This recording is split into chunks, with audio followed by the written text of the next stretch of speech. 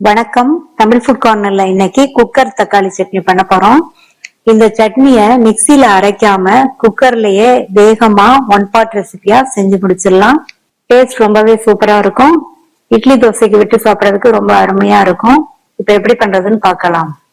Cooker தக்காளி சட்னி பண்றதுக்கு இந்த குக்கர்ல 150 கிராம் கட் பண்ண தக்காளி, கட் பண்ண ஒரு பெரிய வெங்காயம், 4ல இருந்து 5 பல் பூண்டு, ஒரு சின்ன பீஸ் புளி, 2 டீஸ்பூன் தனி மிளகாத்தூள், 1/4 டீஸ்பூனுக்கு கொஞ்சம் கம்மியா மஞ்சள் தூள்.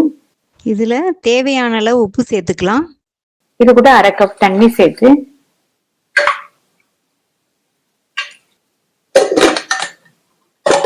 ஸ்டீம் வந்ததுக்கு அப்புறமா வெயிட் போட்டு மீடியம் ஃப்ளேம்ல 3 விசில் வரட்டும். மீடியம் ஃப்ளேம்ல 3 விசில் வந்து ஸ்டீம் எல்லாம் போயிடுச்சு. எல்லாமே நல்லா வெந்திருக்கு, பார்த்தாலே தெரியும். இப்ப இத சூடா இருக்கும் போதே கடையணும். நான் வந்து எலக்ட்ரிக் பீட்டர் வச்சு கடைய போறேன். உங்கள்கிட்ட பருப்பு கடையிற மத்து அல்லது மேஷர், எலக்ட்ரிக் பீட்டர் உங்கள்கிட்ட எது இருக்கோ அதை வச்சு நீங்க கடைஞ்சுக்கலாம். அடுத்து இதுக்கு தாளிப்பு போட்டுடலாம்.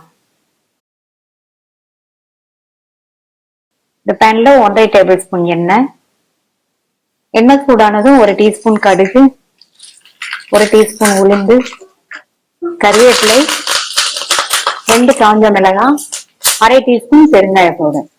தாளிப்பு சட்னியில சேர்த்துடலாம். அவ்வளவுதான், டேஸ்டான குக்கர் தக்காளி சட்னி ரெடி ஆயிருச்சு.